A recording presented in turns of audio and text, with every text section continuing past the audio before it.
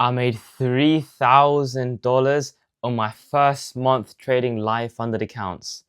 And a lot of people were saying to me, you're going to blow your first funded account, you're not going to make a payout. So I decided to trade them a bit differently. I made sure I passed a couple. I showed in my last YouTube video how many accounts I passed, which was, I've passed 4 so far. And during that time, I took a trade on each of my lives, but separate ideas. So I didn't take the same trade on the same account, but I knew that would lead to my downfall. Because imagine I lost on like one account, that same trade was on all of my accounts. That would just lead to some destructive habits, and I don't want to have that. So I ended up bagging a nice 2.2% payout on my first account. I've done the trade breakdown on my last video. I'll show the screenshots up now, I think. Then my second payout was on an account where I had a 100% win rate from the evaluation stage and also on the funded stage. And it was a little bit less than 2%. And my third payout was basically a similar idea. I'll go break down that trade at the end of the video as well. But I just wanted to talk about the psychology of going from a trader that was unprofitable to break even to where I am now, where I'm consistently profitable and have had like 5 payouts now total. And not much has changed in terms of my trading.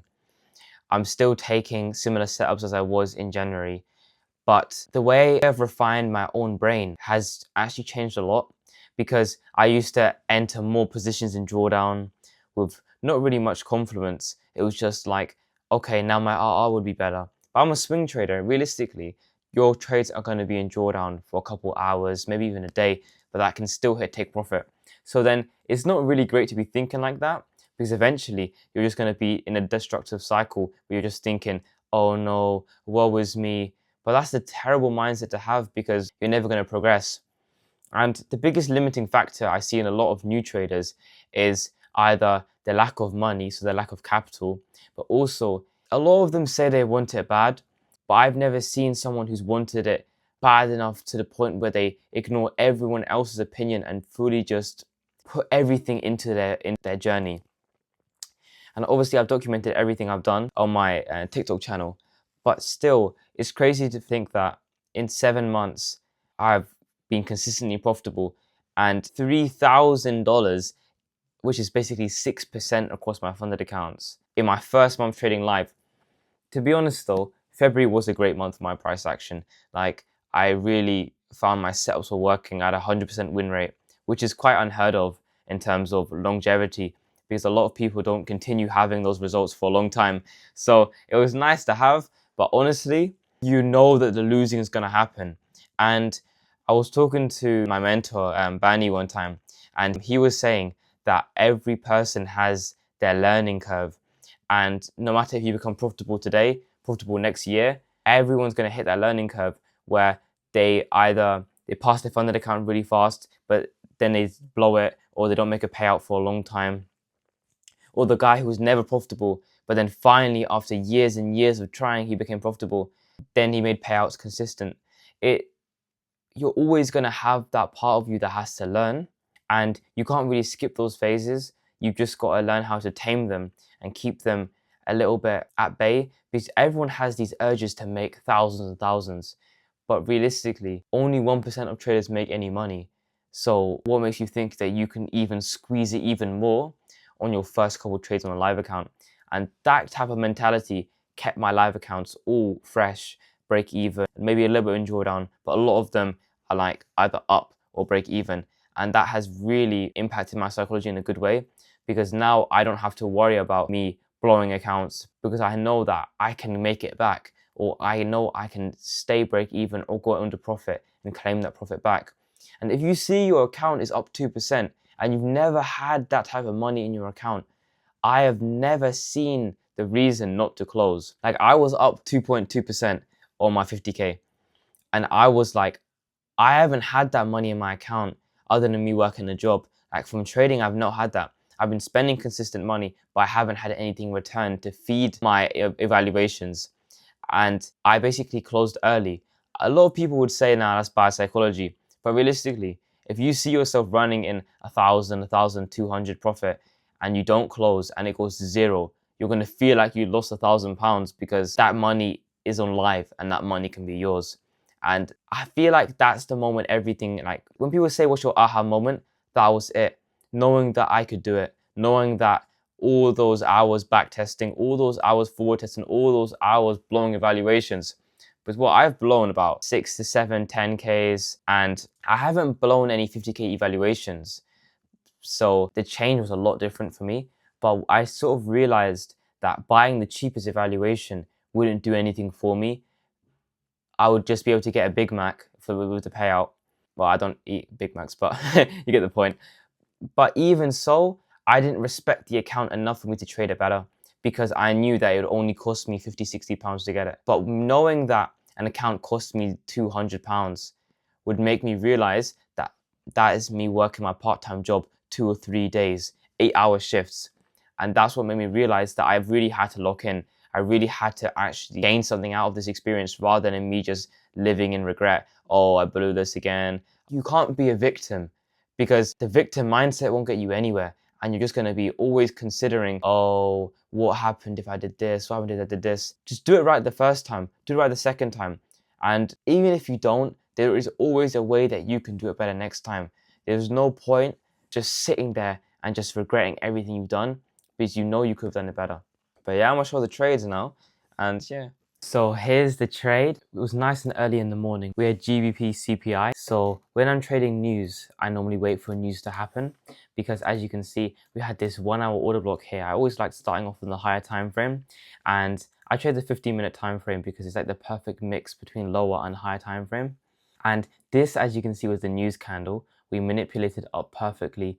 We still held the order block though on the close, and I dropped down onto the 15-minute time frame.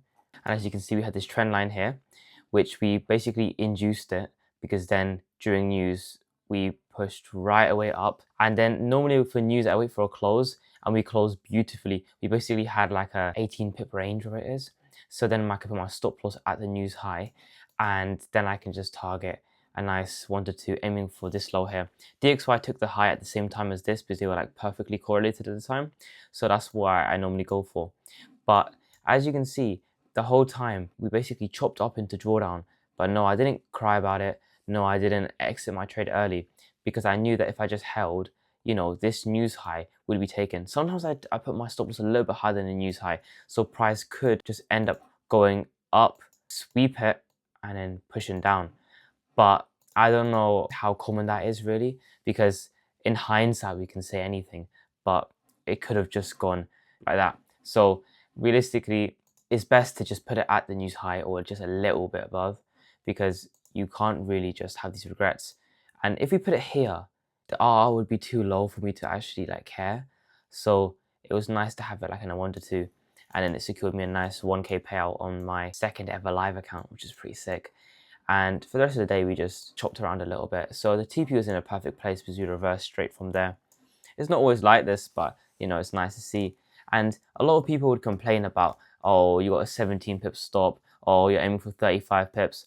But with London session and the volatility that news brings, it's actually quite common to see London move that much. And you're less likely to be chopped out because you've got this higher time frame bias and analysis. Like, I use the 2-hour quite often too, but as you can see, we basically just held nicely on the 1-hour order block that there was no need to basically go up even higher time frame. The 4-hour looked kind of bearish too. So basically my whole bias was indicating it for to go downwards, including my DXY bias. And all I had to do is really just execute. It's quite a simple trade, but the execution has to be flawless in these types of trades because you can end up just getting chopped out on a lower time frame, or you can exit too early because you think that, oh, I'm just gonna, you know, manage to squeeze some more profits. But that's just not how it works. You need to be smart with your trades, and you got to notice these little things because say if I saw price going up like this and it closed here above the order block, but that's that's 15-minute time frame. Am I going to really care if the 15-minute time frame closed above the order block? What I normally aim for the order block is that I normally just draw a line at the order block, like where it starts. So like normally you can see it respects the body like this, but the whole order block would obviously be right here like this. So the whole time we didn't close above it, and that's what indicated for me to stay in the trade. if we pushed up through 15-minute candle close, 30-minute candle close like up here, I would be more considering to just take out my position and just cut my losses. But we don't exit early or prematurely because we're scared of losing, because as a trader, you've got to know that you can lose. And these losses and these wins make you up as a trader. And look at this trend line. Like, this isn't no hindsight move. This is a move that we caught, or I caught.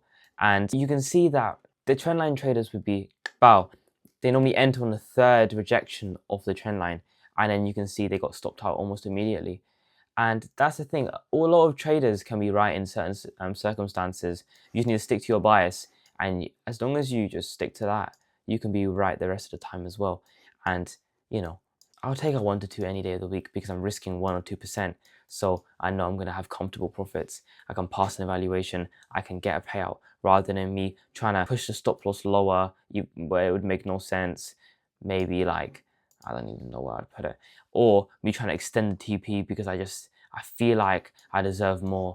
But realistically, the market doesn't give you what you deserve. The market gives you what it wants and it takes what it wants. So if I, in hindsight, put my take profit down at these lows here, it wasn't going to get taken, but I'm going for a nice 1 to 7. Like, you got to be smart. You got to use the news drivers to your advantage, and you got to recognize these manipulation moves, because a lot of people would be induced to basically buy early. So some people be buying here, buying here, buying here, but we were selling because we could see that this whole move was trying to get all these people trying to get their orders filled and everything. And even in the 15-minute, we had this order block respected as well. So there was no indication for me to buy, and my bias was also backing that up. So it's very important to stay true to your bias and not worry about what other people are thinking. And this is why I don't trade in groups. Like, you know, oh, I'm trading sells, oh, I'm trading buys. Because it's going to confuse you. You're going to lose your conviction in your strike. Even if you know you're profitable, you could lose that conviction because you know another guy's profitable who's taking a sell, he's taking a buy. And then you may want to get a better entry, or you may want to just wait until his trade's over. But then you're never going to be successful. You're never going to be profitable because you're just holding yourself back. You can't let your emotions be ragdolled. Because even right here, we finally got out of drawdown down here. We pushed down. I was like, yes, come on, come on. And everyone was like, okay, we can go break even. Maybe if we close below this low. But no, we reversed again. We swept this low, and everyone was like, oh no, it's going to go in drawdown again. But look, we respected the 1 hour order block again. We displaced downwards, and then we had a full displacement move, and it finished after what, like 4 hours, 3 hours, which is a pretty quick trade for a couple thousand dollars profit. You gotta respect the capital you have as well.